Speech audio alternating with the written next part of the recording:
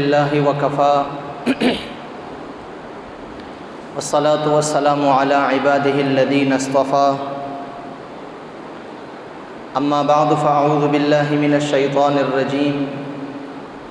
بسم اللہ الرحمن الرحیم محمد رسول اللہ والذین معه اشداء علی الکفار رحماء بینہم تراہم رکعا سجدا یبتغون فضلا من اللہ ورضوانا صدق اللہ مولانا العظیم وبلغنا رسولہ النبی الکریم الامین ان اللہ وملائکتہ یصلون علی النبی یا ایہا الذین آمنوا صلوا علیہ وسلموا تسلیما اللہم صل علی سیدنا ومولانا محمد عدد ما فی علم اللہ صلاة دائمة بدوام ملک اللہ اللہم صل علی محمد وعلى آل محمد کما صلیت علی ابراہیم وعلى آل ابراہیم انک حمید مجید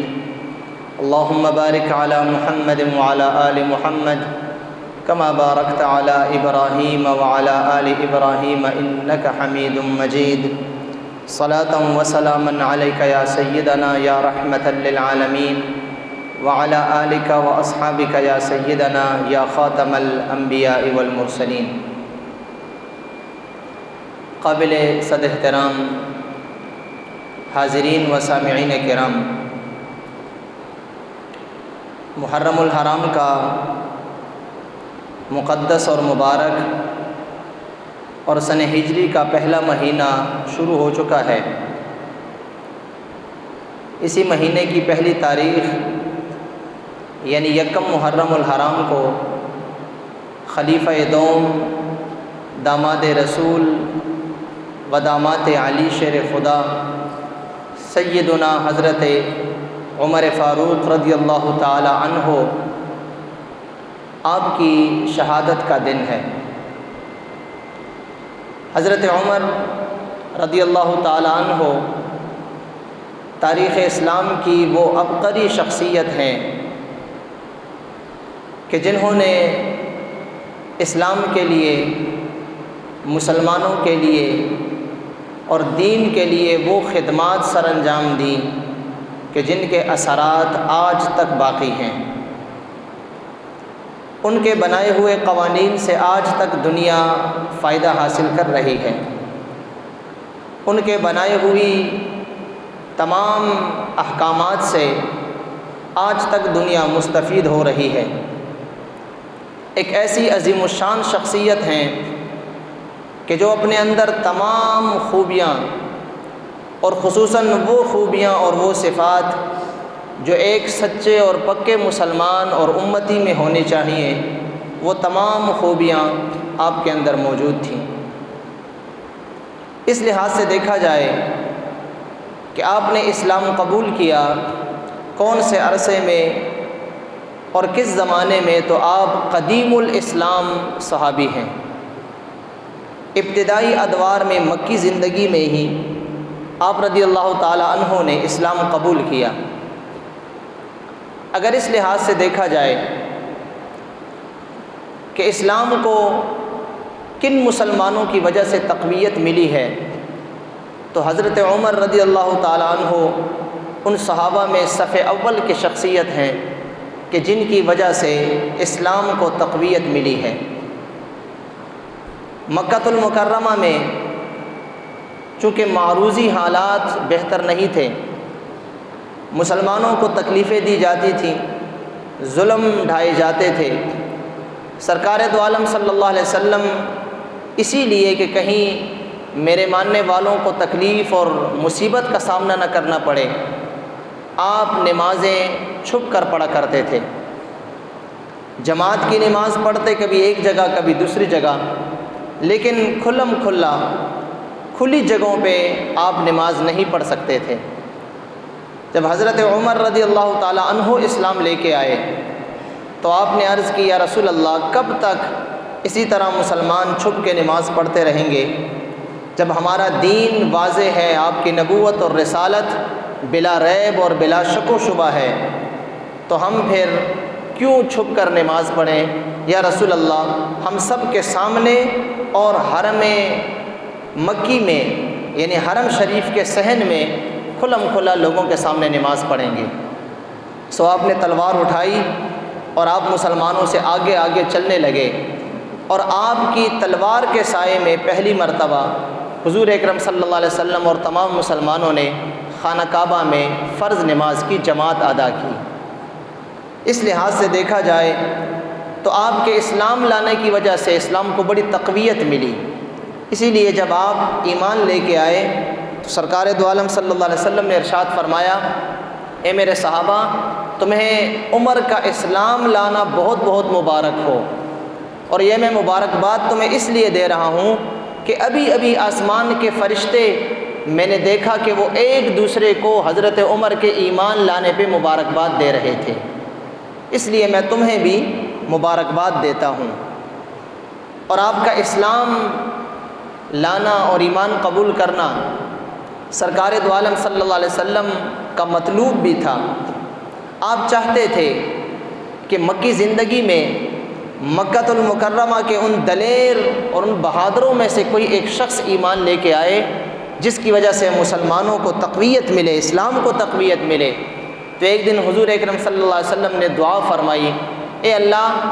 یا تو عمر بن خطاب کو ایمان کی دولت نصیب فرما، اور یا عمر بن حشام کو ایمان کی دولت نصیب فرما۔ یہ عمر بن حشام یہ ابو جہل تھا، چونکہ مکہ کا سردار تھا، بڑا دلیر اور بڑا جرت مند آدمی تھا۔ حضور چاہتے تھے کوئی ایسا شخص ایمان لے کے آئے کہ جس کی دھاک مکہ کے لوگوں کے دلوں میں بیٹھی ہوئی ہو، جس کے بہادری کے چرچے ہوں، تاکہ ہمارا دین ان کی وجہ سے تقویت حاصل کرے۔ اللہ تعالیٰ نے حضرت عمر رضی اللہ تعالیٰ عنہ کے حق میں آپ کی دعا کو قبول فرما لیا۔ تو آپ معمولی شخصیت نہیں تھے بلکہ بہت بڑی شخصیت تھے، اسی لیے آپ کو مراد رسول بھی کہا جاتا ہے کہ سرکار دو عالم صلی اللہ علیہ وسلم نے آپ کے ایمان لانے کے لیے اللہ سے دعا فرمائی۔ اسی لیے جب آپ ایمان لے کے آئے تو سورۃ انفال میں ایک جگہ پہ اللہ نے ارشاد فرمایا، یا ایھا النبی حسبک اللہ ومن اتبعک من المؤمنین، اے نبی، آپ کے لیے اللہ بھی کافی ہے اور وہ ایمان والے بھی آپ کے لیے کافی ہیں جو آپ کی اتباع کرتے ہیں۔ تو اس سے مراد مفسرین فرماتے ہیں حضرت عمر رضی اللہ عنہ کی ذات بابرکات ہے۔ گویا کہ اللہ نے فرمایا، اے میرے نبی، آپ کے لیے حقیقت میں تو اللہ کافی ہے، لیکن دنیا چونکہ دار الاسباب ہے، اس لیے دنیاوی زندگی میں، اس مادی زندگی میں اور اسباب اور وسائل کے اعتبار سے آپ کے لیے حضرت عمر جیسے مومن بھی کافی ہیں۔ تو اللہ تبارک و تعالیٰ نے حضرت عمر رضی اللہ تعالیٰ عنہ کو اسلام کی اور ایمان کی دولت عطا فرمائی، اور پھر حضرت عمر رضی اللہ تعالیٰ عنہ اپنی ساری زندگی اسلام کے ساتھ اور پیغمبر اسلام کے ساتھ وفا کرتے ہوئے گزاری۔ عشق اور محبت کا یہ عالم تھا کہ یا تو سرکار دو عالم صلی اللہ علیہ وسلم کے پیچھے تلوار لے کے پھرا کرتے تھے کہ کہاں مجھے آپ ملیں گے کہ میں الیاذ باللہ آپ کا سر اڑا دوں، یا تو آپ کے جان کے دشمن تھے، اور جب ایمان لے کے آئے تو عشق اور محبت کا یہ تقاضا تھا کہ ایک منافق تھا جو بظاہر کلمہ پڑھتا تھا، بظاہر مسلمان تھا، لیکن تھا دل میں منافق۔ جب اس نے حضور کا فیصلہ ماننے سے انکار کیا ایک موقع پہ، اور اس نے کہا کہ نہیں، میں محمد کا فیصلہ نہیں مانتا، صرف اتنی بات اس نے کہی تھی، حضرت عمر رضی اللہ عنہ گھر سے تلوار لے کے آئے اور آتے ہی اس کا سر جو ہے وہ اڑا دیا۔ مقدمہ سرکار کی بارگاہ میں پیش ہوا کہ حضرت عمر نے ایک مسلمان کو قتل کر دیا ہے، صرف اتنی سی بات پہ کہ اس نے کہا کہ میں محمد کا فیصلہ نہیں مانتا۔ حضرت عمر رضی اللہ تعالیٰ عنہ کو بلایا گیا، بظاہر تھا وہ مسلمان، کلمہ پڑھتا تھا، تو قصاص تو بنتا تھا حضرت عمر پہ۔ اس شخص کے، اس مقتول کے اہل خانہ نے قصاص کا دعویٰ کیا۔ مقدمہ جب شروع ہوا، حضرت عمر سے پوچھا گیا، حضور نے پوچھا، اے عمر، تو نے کیوں ایسا کام کیا؟ یا رسول اللہ، آپ نے جواب دیا، اللہ کے رسول، وہ آپ کا فیصلہ نہیں مانتا تھا، اور اس نے یہ الفاظ اپنی زبان سے ادا کیے کہ میں محمد کا فیصلہ نہیں مانتا، اس لیے پھر میں نے کہا کہ جو محمد کا فیصلہ نہیں مانے گا اس کا فیصلہ پھر میری تلوار کرے گی۔ یا رسول اللہ میں نے اپنا کام کر دیا ہے، میں یہ گوارا نہیں کر سکتا کہ میرے سامنے آپ کی کوئی توہین کرے اور آپ کی گستاخی کرے اور وہ یہ کہے کہ محمد اللہ کے رسول کا فیصلہ نہیں مانتا، تو یا رسول اللہ جو آپ کا فیصلہ نہیں مانے گا تو پھر وہ اور کس کا مانے گا؟ اس لیے میں نے اس کو قتل کر دیا۔ جو کچھ آپ کو اللہ حکم دیتا ہے آپ اس طرح کیجئے، میں ہر فیصلہ ماننے کے لیے تیار ہوں۔ جب آپ نے اپنے ان جذبات کا اظہار کیا تو اللہ تبارک و تعالی نے قرآن کریم کی آیات نازل کی، سورۃ النساء 5ویں پارے کی آیات نازل کی، اور ان آیات میں حضرت عمر کی براءت اور اس مقتول کی منافقت کو اللہ نے ظاہر فرمایا کہ میرے نبی وہ تو کافر تھا، وہ تو دل میں کافر تھا، بظاہر وہ مسلمان تھا لیکن دل میں وہ کافر تھا، اور حضرت عمر نے جو معاملہ کیا ہے بالکل درست فرمایا ہے۔ اس وقت تک ابھی تک ایسا حکم نہیں آیا تھا، یہ پہلی بار اسلام میں ایسا حکم آیا حضرت عمر کی وجہ سے۔ اللہ تعالیٰ نے فرمایا فَلَا وَرَبِّكَ لَا يُؤْمِنُونَ حَتَّى يُحَكِّمُوكَ فِي مَا شَجَرَ بَيْنَهُمْ، اے میرے نبی آپ کے رب کی قسم ہے یہ لوگ اس وقت تک مومن نہیں ہو سکتے جب تک کہ آپ کے فیصلے کو تسلیم نہ کر لیں۔ تو اس منافق کا نفاق اور اس کا کفر اللہ تعالیٰ نے ان آیات میں نازل فرمایا۔ آپ کا عشق اور محبت اس قسم کا تھا کہ آپ حضور کے نام کی توہین اور صرف اتنی بات کہ میں حضور کا فیصلہ نہیں مانتا، آپ یہ بھی برداشت نہیں کر سکتے تھے۔ یہ آپ کی عشق اور محبت تھی۔ اور پھر آپ کا اسلام کے ساتھ، دین کے ساتھ جو والہانہ لگاؤ تھا حضرت عمر کا، سرکار دو عالم صلی اللہ علیہ وسلم کے ساتھ جو عقیدت اور جو محبت تھی، یہاں تک کہ قرآن کریم میں 14 سے زیادہ مقامات ایسے ہیں، اور یہ 14 بھی میں آپ کو ایک محتاط روایت بتا رہا ہوں، مگرنہ جن ہمارے محدثین نے تتبع اور تلاش کیا ہے انہوں نے 30 سے زیادہ مقامات بتائے ہیں، لیکن یہ تقریباً 14 مقامات وہ ہیں جن پہ تمام ہمارے محدثین مفسرین کا اتفاق ہے کہ ہاں یہ 14 جو ہیں یہ وہ مقامات ہیں قرآن کریم میں جو حضرت عمر رضی اللہ تعالیٰ عنہ کی رائے کے مطابق اللہ نے نازل فرمائے۔ یہ وہ احکامات ہیں جو ابھی تک نازل نہیں ہوئے تھے، حرام حلال کے بعض احکامات ہیں وہ ابھی تک نازل نہیں ہوئے تھے۔ حضرت عمر کی خواہش یہ تھی کہ اس قسم کا حکم اسلام میں رائج ہو، نافذ ہو۔ اللہ تعالیٰ نے آپ کی منشا اور آپ کی دعا کو قبول کرتے ہوئے ایسے مقامات، ایسے حرام اور حلال کے احکامات نازل فرمائے جو حضرت عمر کے پسندیدہ تھے، اس لیے ان کو موافقات عمر کہا جاتا ہے۔ قرآن کریم کے اصول تفسیر میں بعض آیاتوں کو موافقات کہا جاتا ہے کہ جو کسی ایک شخص کی دعا پہ یا کسی ایک شخص کی خواہش پہ اللہ نے اس قسم کا حکم نازل فرمایا۔ تو موافقات عمر جو ہیں قرآن کریم میں تمام صحابہ کرام سے زیادہ ہیں، اور میں نے آپ کو بتایا کہ ایک محتاط روایت کے مطابق 14 سے زیادہ قرآن کریم میں موافقات عمر موجود ہیں، جن میں کہ ایک شراب کی حرمت بھی ہے۔ شراب مدنی زندگی میں، بعد کی زندگی میں، بہت بعد میں شراب کی حرمت نازل ہوئی، لیکن حضرت عمر وہ شخصیت تھے جو شروع دن سے ہی حضور کو عرض کیا کرتے تھے یا رسول اللہ سے دعا کیجئے شراب حرام ہو جائے، اللہ سے دعا کیجئے کہ شراب مسلمان پینا چھوڑ دیں، شراب جو ہے وہ چھوٹ جائے۔ اور یہ بات بھی یاد رکھیے آپ شراب کے اتنے سخت مخالف تھے کہ ایک دن آپ کے زمانے خلافت میں کسی نے آپ سے پوچھا اے عمر یہ شراب کی حرمت آپ کے بار بار اصرار کی وجہ سے اللہ نے نازل فرمائی، تو کیا آپ نے کبھی زمانے جاہلیت میں اسلام سے پہلے بھی کبھی آپ نے شراب نہیں پی تھی؟ کہ آپ شراب کتنے مخالف تھے؟ تو آپ فرمایا کرتے تھے اللہ کی ذات کی قسم اسلام لانے سے پہلے زمانہ کفر میں بھی میں نے کبھی شراب نہیں پی۔ آپ سے پوچھا جاتا وہ کیوں؟ حالانکہ اس زمانے میں تو شراب پینا عام تھا، لوگ گھر میں مشروب کی جگہ، ہر پانی کی جگہ شراب پیا کرتے تھے، کوئی ایسا گھر نہیں ہوا کرتا تھا جہاں پہ شراب کو ہمارے عام مشروبات کی طرح استعمال نہیں کیا جاتا تھا، تو آپ کیوں نہیں پیتے تھے؟ تو آپ ارشاد فرمایا کرتے تھے کہ میں سوچا کرتا تھا کہ شراب تو ایک ایسی چیز ہے جو ایک مرد سے اس کی مردانگی کو ختم کر دیتی ہے، مرد کی جو مردانگی ہے وہ ختم ہو جاتی ہے، کیونکہ جب ایک شخص، ایک مرد جب شراب پیتا ہے اس کی عقل کام کرنا چھوڑ دیتی ہے، تو بھئی وہ بھی کون سا مرد ہوگا جس کی عقل کام کرنا چھوڑ دے؟ پھر جب اس کی عقل کام کرنا چھوڑ دیتی ہے تو وہ تمام وہ حرکتیں کرتا ہے کہ جو کوئی بھی ایک اچھا انسان برداشت نہیں کر سکتا، اخلاقی دائرے سے وہ نکل جاتا ہے، تو میرے نزدیک اخلاقی دائرے سے نکلنا یہ مردانگی نہیں ہے۔ اس لیے میں زمانے جاہلیت میں بھی شراب نہیں پیتا تھا، کہیں میری عقل معوف نہ ہو جائے اور میں کوئی بے اخلاقی اور بد کرداری کے کام کرنا نہ شروع کر دوں۔ تو حضرت عمر رضی اللہ تعالیٰ عنہ وہ شخصیت تھے جو بار بار سرکار دو عالم صلی اللہ علیہ وسلم سے عرض کیا کرتے تھے، یا رسول اللہ دیکھیے فلاں جگہ پہ ہمارے بھائیوں نے شراب پی تو ایسا واقعہ ہوا، بعض جگہ پہ وہاں پہ شراب پی تو ایسا واقعہ ہوا، یا رسول اللہ اللہ سے دعا کیجیے، اللہ سے دعا کیجیے۔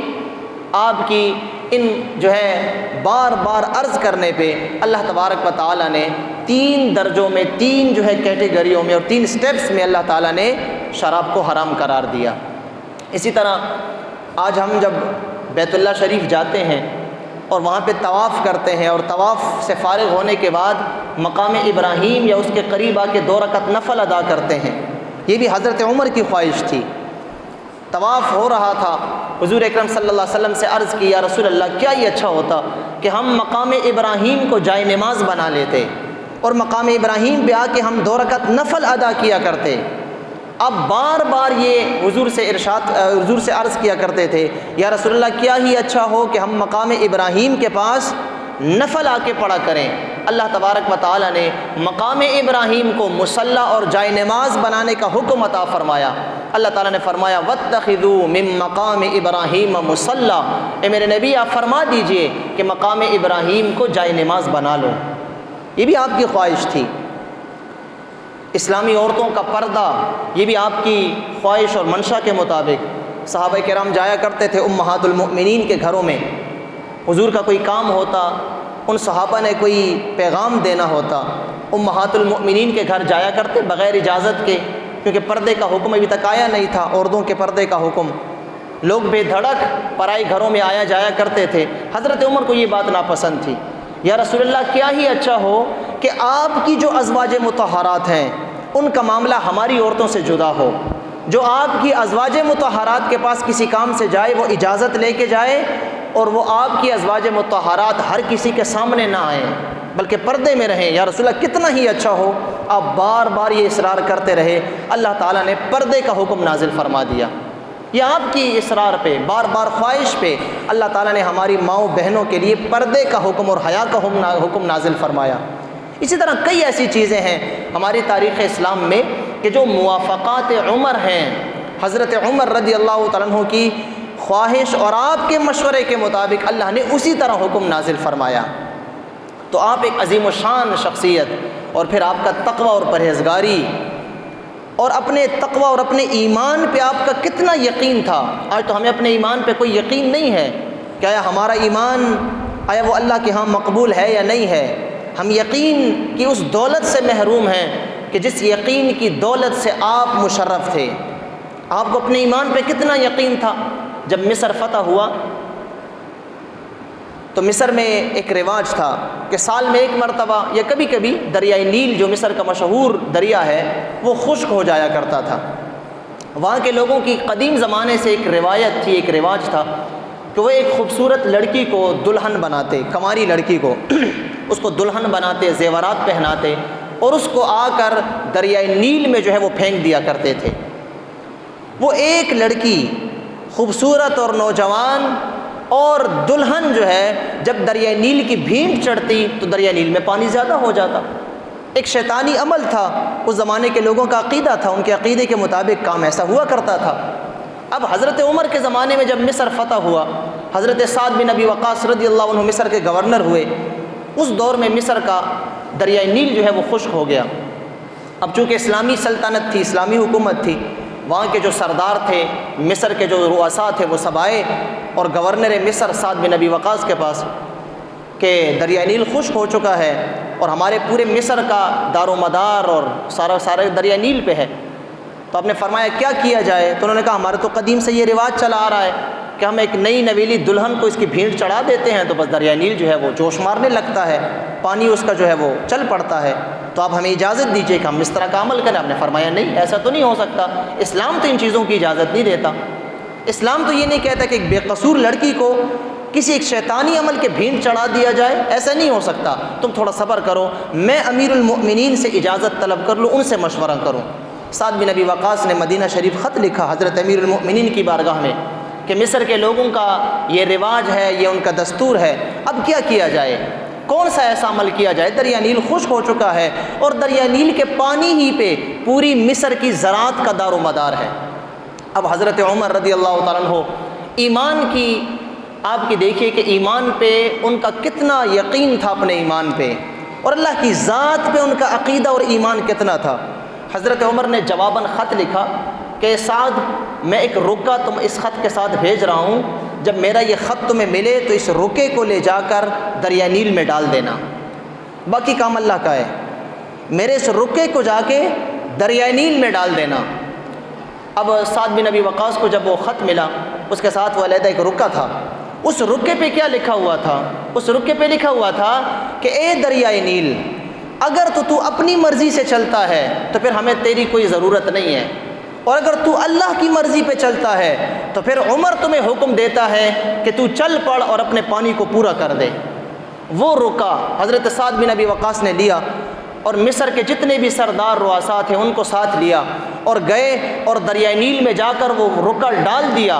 ڈال کے واپس آ گئے۔ جب صبح لوگ بیدار ہوئے، امام جلال الدین سیوطی نے اپنی سند کے ساتھ روایت لکھی ہے کہ دریائے نیل پہلے سے بھی 16 گز بڑھ کے اس کا پانی چل رہا تھا، 16 گز پانی اس کا چڑھا ہوا تھا، اور تاریخ نے لکھا ہے آج تک کہ وہ حضرت عمر کے زمانے سے دریا نیل جو چلا آج تک پھر کبھی وہ سوکھا نہیں ہے۔ آپ کو اپنے ایمان پہ اتنا یقین تھا، اتنا بھروسہ تھا کہ حضرت عمر دریائے نیل کو حکم دے رہے ہیں کہ تو اللہ کے حکم سے چلتا ہے تو پھر میرا حکم بھی ہے کہ چل، اور اپنی مرضی سے اگر چلتا ہے تو پھر ہمیں تیری کوئی ضرورت نہیں ہے۔ آپ خود اندازہ لگائیے، بلا خطوں سے اور انسان کے حکم سے بھی کبھی دریا اور پانی اور سمندر چلتے ہیں؟ ایسا نہیں ہوتا۔ لیکن جس شخص کو اپنے ایمان پہ بھروسہ ہو، اللہ کی ذات پہ بھروسہ اور توکل ہو، پھر ان کے خطوں سے اور ان کے حکموں سے بھی پھر پانی چلا کرتے ہیں۔ مدینہ شریف میں ایک مرتبہ زلزلہ آیا، آپ کا دور حکومت تھا، ایک مرتبہ زلزلہ آیا، زمین ہلنے لگی، اس وقت اتفاقاً آپ کے ہاتھ میں آپ کا کوڑا تھا جس سے آپ انصاف کیا کرتے تھے، آپ نے وہ کوڑا زمین پہ دے مارا اور ارشاد فرمایا، اے زمین، کیا میں تجھ پہ انصاف نہیں کرتا کہ تو ہل رہی ہے؟ کہ میں تجھ پہ انصاف نہیں کرتا؟ آپ کا کوڑا مارنا تھا کہ زمین رک گئی، زلزلہ ختم ہو گیا۔ تاریخ نے لکھا، ہمارے علماء لکھتے ہیں، مفسرین، محدثین، ہمارے مؤرخین لکھتے ہیں کہ اس کا مطلب یہ تھا کہ حضرت عمر کو اپنے انصاف پہ پورا یقین تھا کہ میں جو کچھ کر رہا ہوں انصاف کا یہی تقاضا ہے۔ اس لیے آپ ایک عظیم الشان شخصیت تھے حضرت عمر رضی اللہ تعالیٰ عنہ۔ یکم محرم الحرام کو ان کی شہادت کا دن ہے، کل جو دن گزر گیا۔ بعض ہمارے لوگ جو ہے مغالطہ پیدا کرتے ہیں کہ نہیں، آپ تو 27 ذوالحجہ کو شہید ہوئے تھے، 27 ذوالحجہ کو آپ فوت ہوئے تھے، لہٰذا آپ جو ہے یکم محرم کو شہید نہیں ہوئے تھے۔ یاد رکھیے دونوں روایات ٹھیک ہے۔ آپ پہ فجر کی نماز میں حملہ ہوا تھا، ایک بدبخت خارجی نے، آپ کے جو ہے گستاخ تھا، اس نے فجر کی نماز کے دوران آپ پہ حملہ کیا تھا۔ پھر آپ 3 سے 4 دن بستر مرگ پہ علیل تھے، بیمار تھے، اور پھر یکم محرم الحرام کو آپ کی روح جو ہے وہ پرواز کی تھی۔ اس لیے 27 ذوالحجہ کے دن آپ پہ حملہ ہوا، اور پھر 3 سے 4 دن بعد یکم محرم الحرام کے دن آپ کی روح نے پرواز فرمائی تھی۔ اس لیے آپ کی شہادت کا جو دن ہے وہ یکم محرم الحرام ہی ہے۔ اللہ تعالیٰ ان کی شہادت کو قبول فرمائے، اور اللہ تبارک و تعالیٰ ہمیں ان کے طریقہ کار پہ، ان کے نقش قدم پہ چلنے کی توفیق عطا فرمائے، اور اللہ تعالیٰ ہمیں بھی حضرت عمر امیر المؤمنین رضی اللہ تعالیٰ عنہ جیسا ایمان، ان جیسا توکل، ان جیسا یقین، اور ان جیسا اللہ کی ذات پہ بھروسہ، اور اپنے آقا صلی اللہ علیہ وسلم سے عشق اور محبت نصیب فرمائے۔ وصلی اللہ تعالیٰ علی خیر خلقہ سیدنا محمد وآلہ وصحبہ اجمعین برحمتک یا ارحم الراحمین۔